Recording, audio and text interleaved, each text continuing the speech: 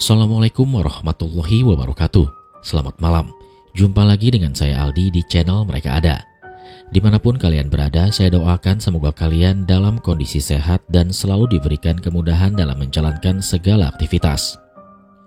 Di kesempatan kali ini saya akan membacakan cerita dari Mas Wahyu Rian yang berjudul Nandur Nyawa. Cerita ini bermula dari kedatangan dua pemuda ke sebuah tempat yang menjanjikan sebuah pekerjaan. Namun sejak awal kedatangan, banyak kejanggalan-kejanggalan yang mereka temukan. Diawali dengan beberapa orang di sekitar sana yang enggan memberikan informasi terkait keberadaan tempat yang akan mereka gunakan untuk bekerja.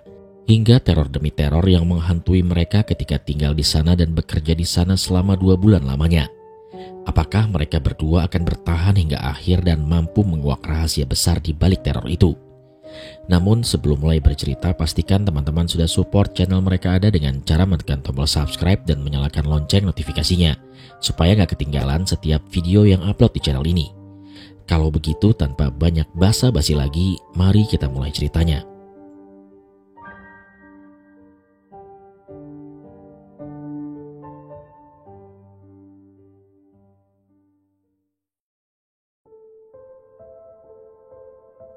Apa yang bisa kulakukan di liburan kali ini? Keluh seorang pemuda yang merasa bosan saat liburan kuliahnya tiba. Tubuhnya bersandar di atas kursi sudut kamarnya. Sudah seharian badannya belum tersentuh air karena tidak keluar kamar sama sekali. Kelana, begitulah orang-orang di sekitarnya memanggilnya. Sudah 3 hari terakhir dirinya merasa gelisah, termenung sendiri di dalam kamarnya karena selalu merasa bosan ketika libur kuliah tiba. Tubuhnya tak terbiasa jika hanya digunakan berdiam diri di kamar kosan. Otaknya berpikir keras apa yang bisa ia lakukan untuk mengisi liburannya kali ini. Apa ia harus pulang saja? Namun di rumahnya sama saja tidak ada aktivitas apa-apa. Ayah dan ibunya pun belakangan ini jarang di rumah karena mengurusi usaha keluarganya. Mendaki gunung, itu memang hobinya. Tapi mendaki hanya memerlukan waktu 2 hingga 3 hari saja. Dan setelahnya dia akan merasa bosan lagi di kamar kosnya. Hingga tidak lama kemudian sebuah kabar datang melalui handphonenya yang berdering seolah keadaan mengerti apa yang tengah ia rasakan. Sanjaya, tertulis nama sahabatnya yang menelponnya saat itu. "Lagi di mana, Nah?" tanyanya sesaat setelah Kelana mengangkatnya. "Ya di kosan lah, mau di mana lagi?" jawab Kelana dengan ketus. "Liburan kali ini kamu mau kemana? Pulang atau punya rencana apa?" tanya Sanjaya. "Belum tahu, aku gak punya rencana apa-apa. Sekarang juga masih mikir enaknya mau ngapain." "Nah, kalau begitu ikut aku aja," kata Sanjaya lagi. "Kemana? Ngapain?" balas Kelana. "Kerja, udah ikut aja," jawab Sanjaya. "Jadi aku itu ditawarin kerjaan pamanku di luar kota. Kamu mau ikut gak? Lumayan, bisa untuk tambah-tambah. Lagi pula sekarang kan masih libur semester." "Wah, menarik juga. Berapa lama?" "Gak lama, cuma 2 bulan aja." "Ya udah kalau gitu, gimana kalau malam ini kita ketemu aja dulu untuk membicarakan hal ini?" tanya Kelana. "Ya sudah, nanti malam aku ke kosanmu ya. Sekalian numpang tidur di sana," ujar Sanjaya sambil tertawa dan mengakhiri teleponnya. Saat itu Kelana tidak banyak bertanya. Ia hanya mengiyakan ajakan Sanjaya. Daripada tidak ngapa-ngapain di kosan, lebih baik bekerja, meski belum tahu akan digaji berapa. Tapi menurutnya akan lumayan untuk mengisi kantung keringnya di kala liburan. Begitu pikirnya. Malam itu di kamar kosan Kelana, Sanjaya dan Kelana berkomunikasi dengan pamannya mengenai pekerjaan yang akan mereka berdua kerjakan. Detik demi detik dan menit demi menit pun berlalu, hingga mereka mengerti jika pekerjaan yang akan mereka berdua lakukan adalah menjaga gudang teh yang sedang ditinggal cuti oleh penjaga lamanya. "Lalu mau naik apa kita ke sana?" tanya Kelana. "Motor aja, gimana? Motormu sudah bisa buat jalan jauh kan?" balas Sanjaya. "Ya memang udah bisa sih, coba besok aku cek dulu. Kita berangkatnya 3 hari dari sekarang kan?" tanya Kelana. Malam itu adalah pertemuan terakhir mereka sebelum akhirnya bertemu lagi saat akan memulai perjalanan mereka. Singkat cerita, 3 hari berselang mereka berdua berangkat, memacu Honda CB tua milik Kelana dengan sangat hati-hati. Kelana menarik gas kemudinya meninggalkan kota tempatnya mengenyam pendidikan. Desa Gondang, itulah tujuan mereka menurut penuturan Paman Sanjaya. Aku belum pernah ke sana. Berapa jam kira-kira? Tanya Kelana. Kurang lebih sekitar 6 jam, jawab Sanjaya. Jalanan lumayan ramai saat itu, ditambah cuaca panas menyebabkan mereka berdua kerap menepi sekedar untuk mendinginkan tubuh yang terbakar sinar matahari. Kenapa cuacanya sekarang panas banget sih? Umpat Kelana merasa kesal. Sudahlah Nah, dinikmatin aja, tutur Sanjaya seraya menggebrak sebotol air di tangannya. Kelana hanya menghela nafas panjang. Kehidupan mahasiswa perantauan memang cukup sulit, apalagi dia tidak terbiasa meminta-minta uang kepada orang tuanya. Berapapun pemberiannya dia terima tanpa protes, sehingga jika ada ajakan dan peluang kegiatan yang dapat menghasilkan uang, dengan senang hati dia akan mengiyakan. Udah yuk, jalan lagi, ajak Kelana melanjutkan perjalanannya lagi. Di sepanjang jalan mereka berdua hanya melihat jalanan, sambil berdiskusi soal kemana arah jalan mereka selanjutnya. Di beberapa titik mereka berdua pun saling bergantian mengemudi.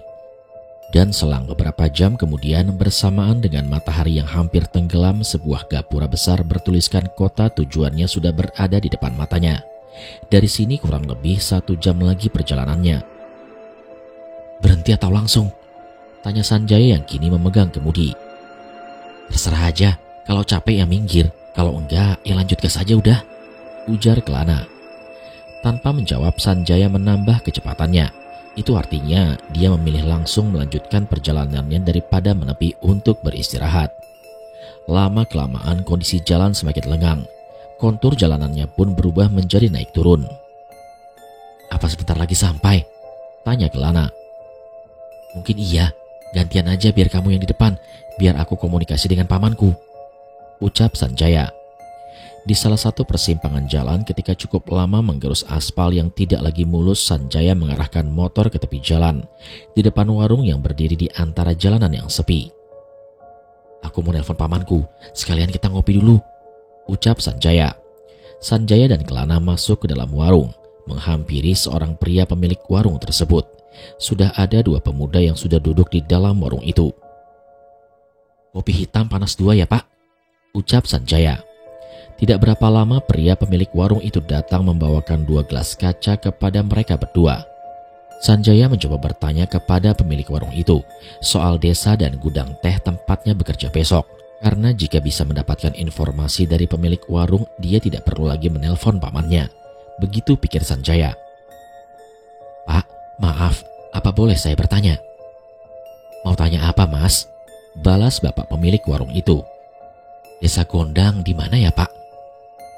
Memangnya mau apa malam-malam ke sana Mas? Apa di sana ada gudang teh? Saya hendak ke sana Pak, ucap Sanjaya lagi. Pria itu awalnya tengah merapikan gelas di sudut mejanya, namun tiba-tiba saja menghentikan aktivitasnya saat itu. Dia menoleh dan memperhatikan Sanjaya dan Kelana dengan seksama. Mau apa Mas ke sana? Tanyanya dengan wajah yang datar, berbeda dengan ekspresinya sebelumnya. Ia terlihat enggan menanggapi pertanyaan Sanjaya. Ketemu saudara saya Pak di sana, jawab Sanjaya. Pria itu beranjak, mengambil gelas kopi Sanjaya dan Kelana yang baru habis separuh. Orang ini kenapa sih? Tanya Kelana. Aku juga gak paham nah. Kelana melirik ke arah 2 orang pengunjung warung di dekatnya lalu berbisik kepada Sanjaya. Coba tanya mereka, aku rasa mereka lebih tahu. Tanpa basa-basi lagi, Sanjaya bertanya kepada 2 orang yang tengah menyantap mie instan itu. Permisi, apa boleh saya bertanya jalan ke Desa Gondang, ke arah gudang teh yang ada di sana? Salah satu dari mereka seketika tersedak, terkejut mendengar pertanyaan Sanjaya. Mereka berdua saling berbisik sambil melirik ke arah pria pemilik warung yang sudah lebih dulu mengabaikan Sanjaya dan Kelana. Mereka menggeleng, sepatah kata pun keluar dari mulutnya yang tidak berhenti mengunyah itu. Ada apa sih sama mereka? Tanya Sanjaya. Seketika itu Kelana pun mengajak Sanjaya keluar dan meninggalkan uang 5.000 di atas meja. Aneh banget orang-orang di sini. Kenapa sama mereka? Seperti gak mau memberitahu kepada kita. Apa tampang kita ini mirip tampang maling? Keluh Kelana. Kelana kemudian mendorong motornya menjauh dari warung itu. Lalu Sanjaya mencoba menelpon pamannya. Namun keadaan masih belum memihak kepada mereka berdua. Kartu seluler Sanjaya tidak menangkap sinyal di sana sama sekali. Ah sial, gak ada sinyal, gumam Sanjaya. Kelana kemudian menghela nafas panjang, menatap jauh ke arah jalan yang tidak ia ketahui kemana ujungnya itu. Ini sebabnya kalau kita gak nanya dulu dari awal, keluh Kelana saat itu. Kelana pun kembali menyalakan motornya meminta Sanjaya untuk naik lagi di belakangnya. Meski ke depannya gak tahu kemana arahnya, tapi kurasa diam saja di sini bukanlah hal yang tepat, ucap Kelana. Kelana sudah menginjak gigi di motornya. Tangannya pun sudah bersiap memutar gasnya, namun sepersekian detik sebelum itu seorang pria tua tiba-tiba muncul dari belakang mereka. Mau kemana mas? Malam-malam begini. Bahaya jika jalan malam-malam begini, tanyanya dengan suara yang berat. Tidak ada yang aneh dengan penampilan pria tua itu. Yang aneh hanya dari mana dia muncul. Anu pak, ke desa Gondang, jawab Kelana. Oh, sudah tidak jauh lagi jika dari sini. Tapi mau apa dua pemuda seperti kalian ke sana? Timpal pria itu. Mau kerja pak, jaga gudang teh, jawab Sanjaya. Gudang teh milik Juragan Salman, timpalnya saat itu. Kemungkinan iya pak, saya belum tahu nama pemiliknya. Apa kalian yakin akan kerja di sana? Tanyanya lagi dengan wajah berbeda seperti ingin memastikan. Kelana menatap pria tua itu sambil terdiam. Ia merasa aneh dengan pria tua itu. Gajinya memang besar, tapi banyak pekerja di sana yang tidak kerasan. Yang akan kalian kerjakan tidak seperti apa yang kalian ketahui sebelumnya, ucap pria tua itu. Bicara apa sih orang ini? Bisik Sanjaya kepada Kelana. Jika niat kalian ingin kerja, jalanlah ke sana. Hati-hati, ucapnya sambil menunjuk jalan lurus di depan yang gelap tanpa penerangan sedikit pun. Karena sudah merasa terlalu lama, Kelana dan Sanjaya kembali melanjutkan perjalanan dengan menyisakan rasa penasaran dalam benak mereka berdua. Baru kali ini mereka dihadapkan dengan orang-orang aneh seperti ini. Di depan jalanan semakin gelap dan udara dingin terasa menyeruak di antara jaket yang mereka pakai. Sepi, sunyi dan gelap. Itulah yang mengiringi perjalanan mereka sekarang. Apa gak ada orang di sini? Padahal kan kita belum lama lewat kampung, ucap Kelana.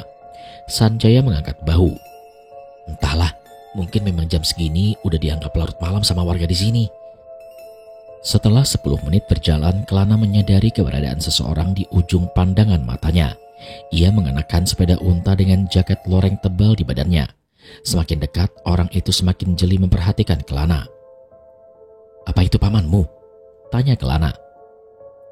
Jaya, teriak orang itu yang ternyata adalah paman Sanjaya yang sudah menanti kedatangan mereka berdua. Akhirnya sampai juga kalian, ucap pamannya itu.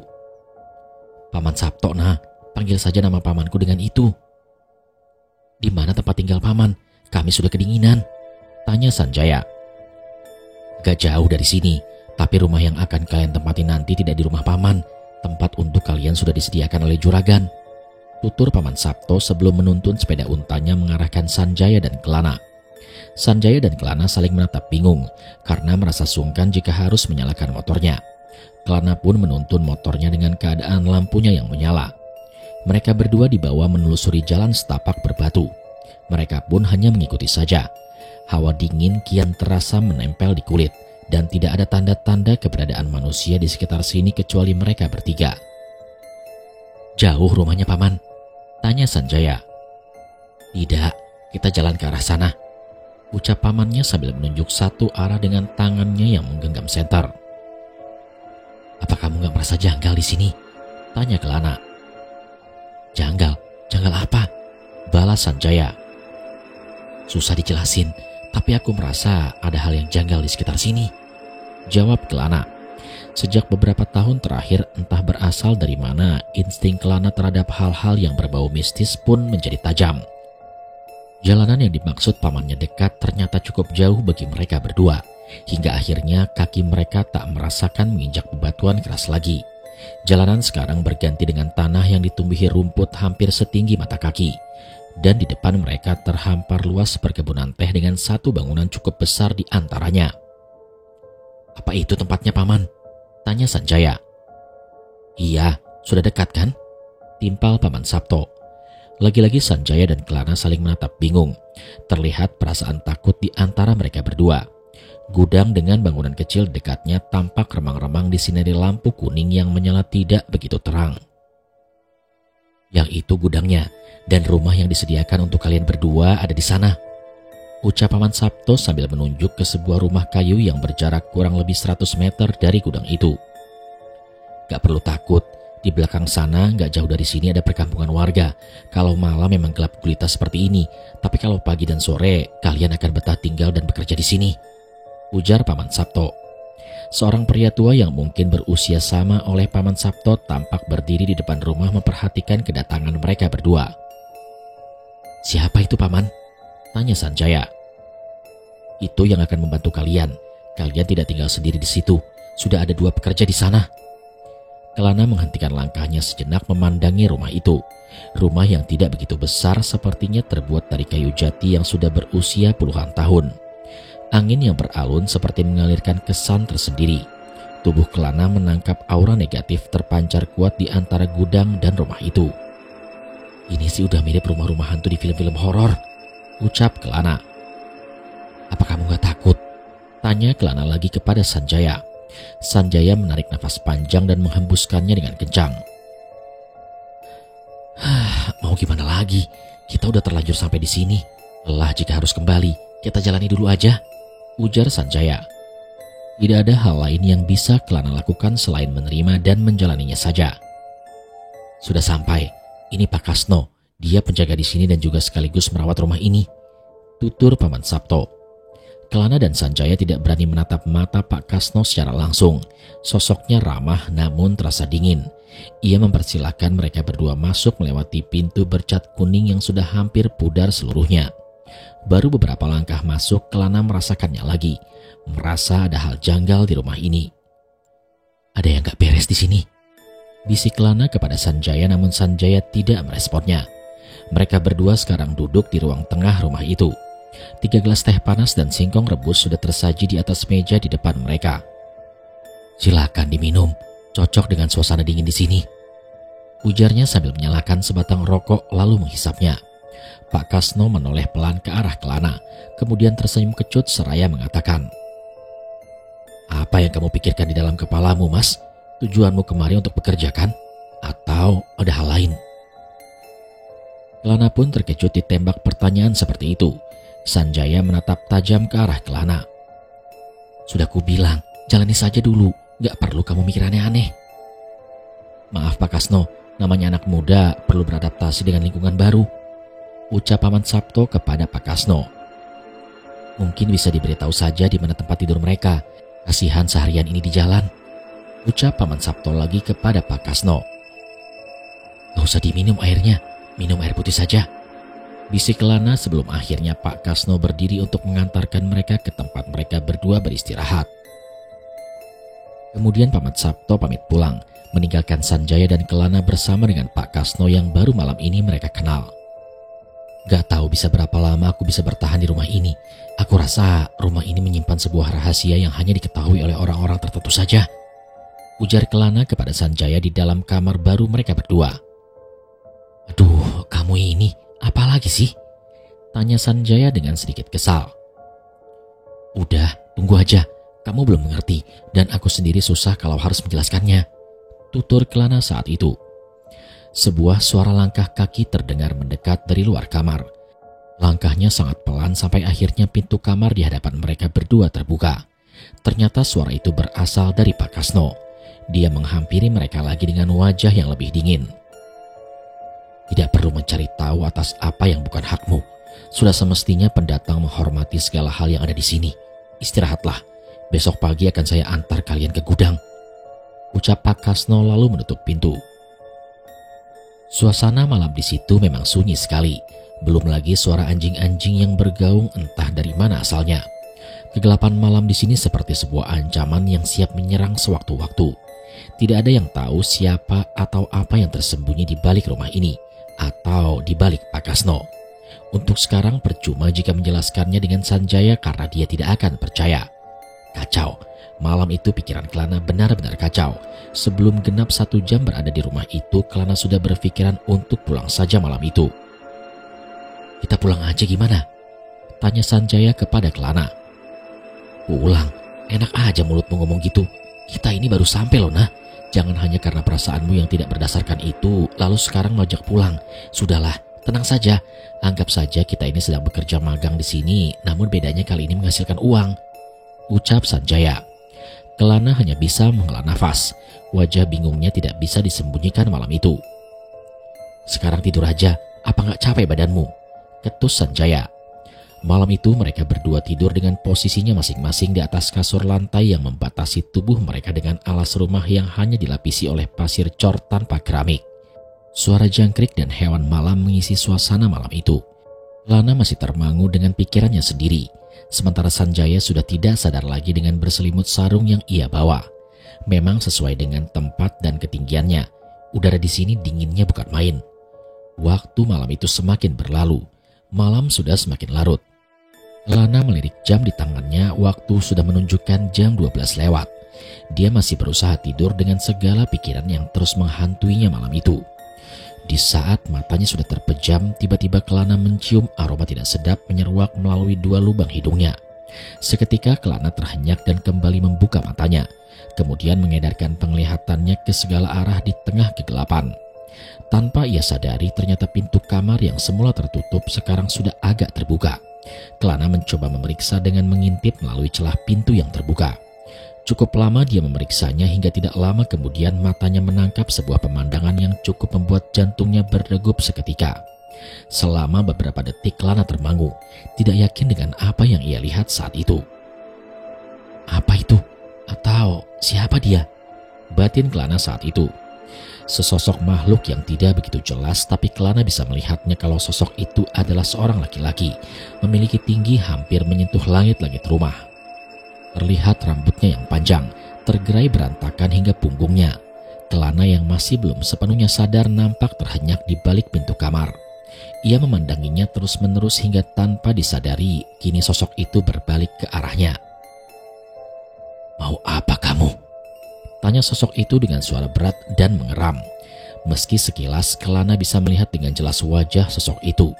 Wajahnya sangat menakutkan dengan 4 taring panjang yang keluar dari atas dan bawah rahang mulutnya. Sementara itu matanya menyala merah dan memiliki telinga panjang persis telinga kelelawar. Kelana yang menyadarinya pun seketika mundur dan kembali menidurkan badannya. Malam itu baru pembuka dari segala rahasia yang akan terungkap. Pagi harinya Kelana terbangun dengan kepala terasa agak sakit. Jika mengingat hal semalam, ia tidak bisa membedakan apakah kejadian semalam merupakan sebuah kenyataan atau hanya mimpi saja. "Aku gak bisa tidur semalam," ujar Kelana. "Ya salahmu sendiri, nah," sahut Sanjaya. "Udah siap-siap, sebentar lagi kita ke gudang sama Pak Kasno," imbuh Sanjaya. "Loh, emangnya ini jam berapa?" tanya Kelana karena ia pikir saat itu hari masih terlalu pagi jika harus mulai bekerja. Sanjaya kemudian mengambil jam tangan Kelana yang berada tak jauh dengannya, kemudian memperlihatkannya kepada Kelana jika jam sudah menunjukkan pukul 8 pagi. Singkat cerita, setelah mereka berdua siap bersama Pak Kasno, mereka berjalan ke gudang yang hanya berjarak 50 meter saat itu. Saat sudah pagi, barulah Kelana dan Sanjaya tersadar jika halaman rumah yang mereka tempati cukup luas, dan dari arah belakang rumah tak jauh dari situ terhampar perkebunan teh yang sangat luas, mungkin puluhan atau bahkan ratusan hektar luasnya. Tugas kalian hanya untuk menjaga gudang ini, mengatur setiap kiriman teh yang baru datang atau yang akan dikirim keluar, ucap Pak Kasno. "Memangnya kalau boleh tahu, pekerja sebelumnya kemana, Pak?" tanya Sanjaya. Pak Kasno menghentikan langkahnya, seperti sedang mencari jawaban atas pertanyaan yang dilontarkan oleh Sanjaya.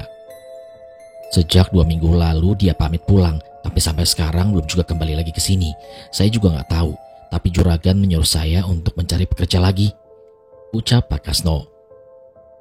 "Oh iya Pak, apa nama juragan yang Pak Kasno maksud bernama Pak Salman?"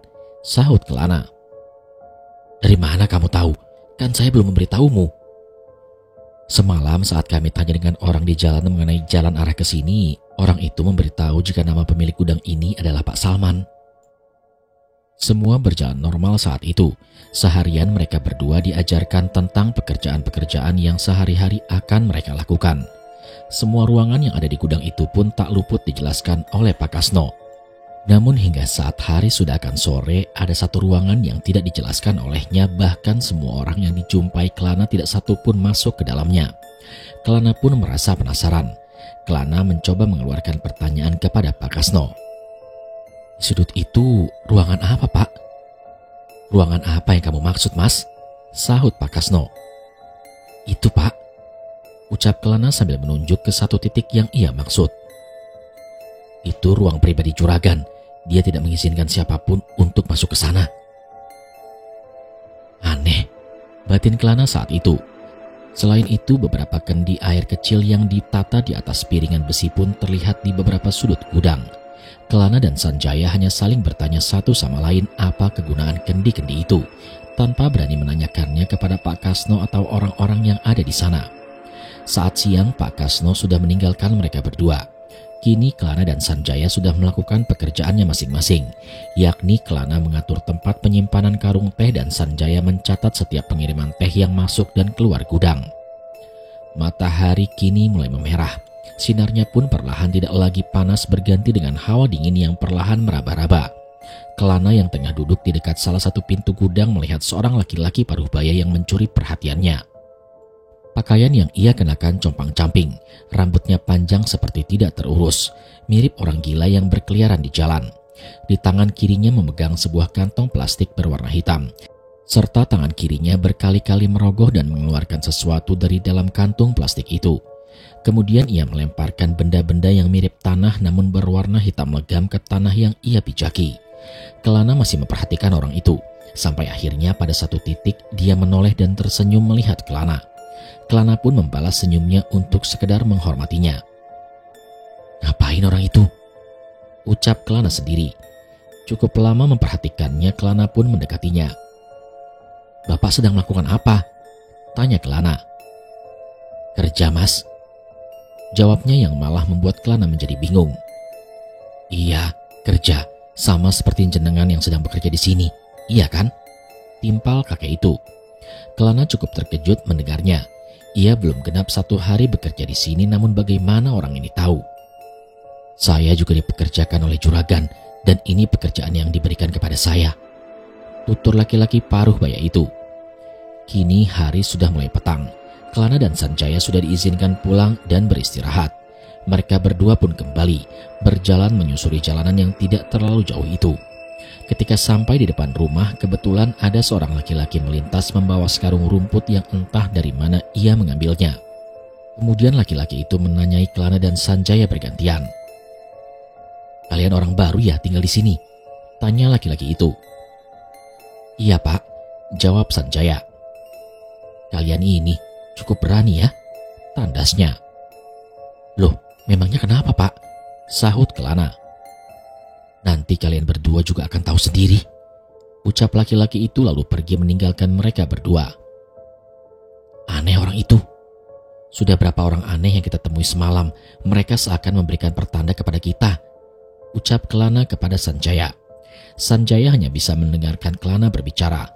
Wajahnya yang bingung pun mudah dikenali oleh Kelana. "Kita lihat aja, nah. Semoga gak terjadi sesuatu yang tidak-tidak," ucap Sanjaya saat itu.